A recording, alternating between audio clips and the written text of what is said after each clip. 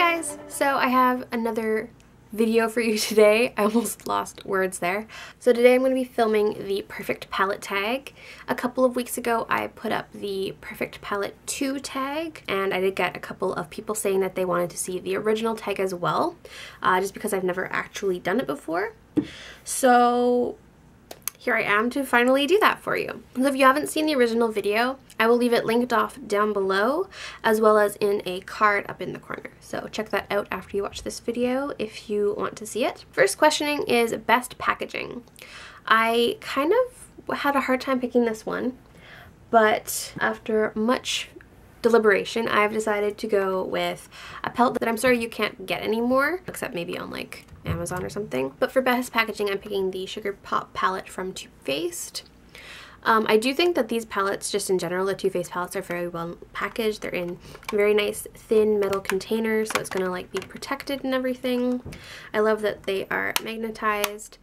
But one of my favorite things about this palette in particular is, aside from all of those awesome features, it's just adorable. I love that it's covered in these little macaroons, and it's just so cute. And it's just a really great size. Any of these are really great sizes. The little sort of 9 shadow palettes from Too Faced. Question number 2, palette with the best color payoff. For the best palette, individual palette, I'm gonna go with the original Naked palette. I just absolutely love this thing. I can make so many looks with it.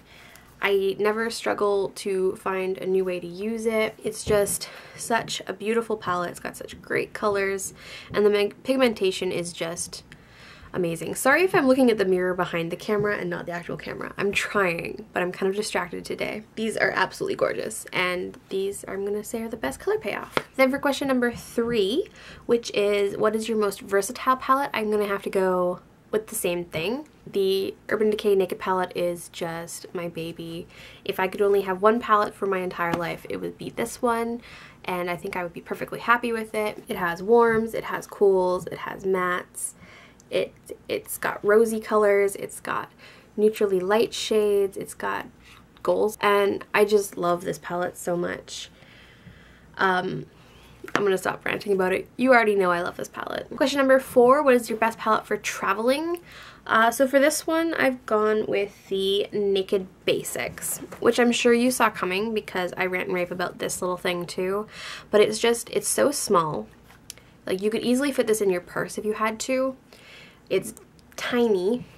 It's got a fairly nice packaging. It closes well. It's got a big mirror, and then it's got these 6 shadows that can just make so many looks. They're really, really great for everyday looks. This brown here works perfectly for my brows. This black is great for deepening up the outer corner or doing a liner or so many things. These 3 all work great as either lid colors or highlight colors. This is great as an all over the lid color or as a crease color for me or anyone else who has pale skin. Faint is a good crease color, or you can make a very smoky look using the darkest colors and blending up from those, which I actually have a video on, which I will link again up in the corner and down below if you're interested in that. So that is going to be my travel palette. Question number 5 is what is your biggest regret? And I feel like I don't have any real regrets with any of my palettes, but if I had to pick one that I do kind of regret getting, it would be the Urban Decay Naked on the Run palette. I know I did a review of this palette and I said that I liked it, and I do really like it, but it's so big. First of all, it's really, really chunky. It's kind of heavy. It's just unnecessary. I've already misplaced the mascara that comes with it, but it's probably too old to be using anyway. It came with a mini of the Urban Decay Perversion, which I don't really like because it's not waterproof. All of the colors are really nice. They live perfectly up to Urban Decay standards, and I think it's great. I just never reach for it because it's so impractical to carry and to just have around. So I always have to store it somewhere weird where I'm not really reaching for it. So I guess this is my biggest regret because it was pricey and I should be using it more than I do. For question number 6, best color names. Technically I would really go with anything Urban Decay. I think they have some pretty cool color names, but there are some really cool ones in the Vice 3 palette, which again, I apologize you cannot get anymore. As I'm sure you know, the Vice 3 palette is this big, beautiful, gorgeous thing. I really love this green, which is called Dragon, and then it's got this pink, which is called Alchemy. This gold here is called Lucky, and it's just, they got some pretty cool colors. I think they're fun. And yeah, Vice 3. For question number 7, least used, again, I'm gonna have to pull out the Naked on the Run. I already explained that that's one of the main reasons that this is my biggest regret, is that it is my least used palette. So question number 8 is what is your most used? And I was going to say the Naked palette, but I think the most used is actually the Basics palette, just because I can reach into it for so many things. I reach into it for highlight, for blending shade, for that black, just when whatever palette I'm using doesn't have the right shade for what I need to do. This is obviously wonderful basics, like the name implies. Plus I just like to use it on its own on a daily basis and stuff like that. Question number 9, what is your most loved palette? So for this one I am going to go back to the Naked palette. I don't own all that many palettes. I could technically have picked a different palette for each one of these questions, but I would have been lying. So my most loved palette is the Naked palette, the original Naked palette. It's just beautiful. Look at it again. You know you want to. I do want to throw in an honorable mention. I don't feel like I've had it long enough to call it my most loved palette, and I don't know if like the honeymoon phase is going to wear off or if I'm going to love it forever, but I do also really love the Shaaanxo palette. That's how I did this eye look today, which I'm absolutely in love with. And if you haven't seen my review on it, I will link it up in a card and down in the comments below. But yeah, it's just this palette that comes with 9 lipsticks and 9 eyeshadows, and they're all these beautiful warm shades, and I really, really love it.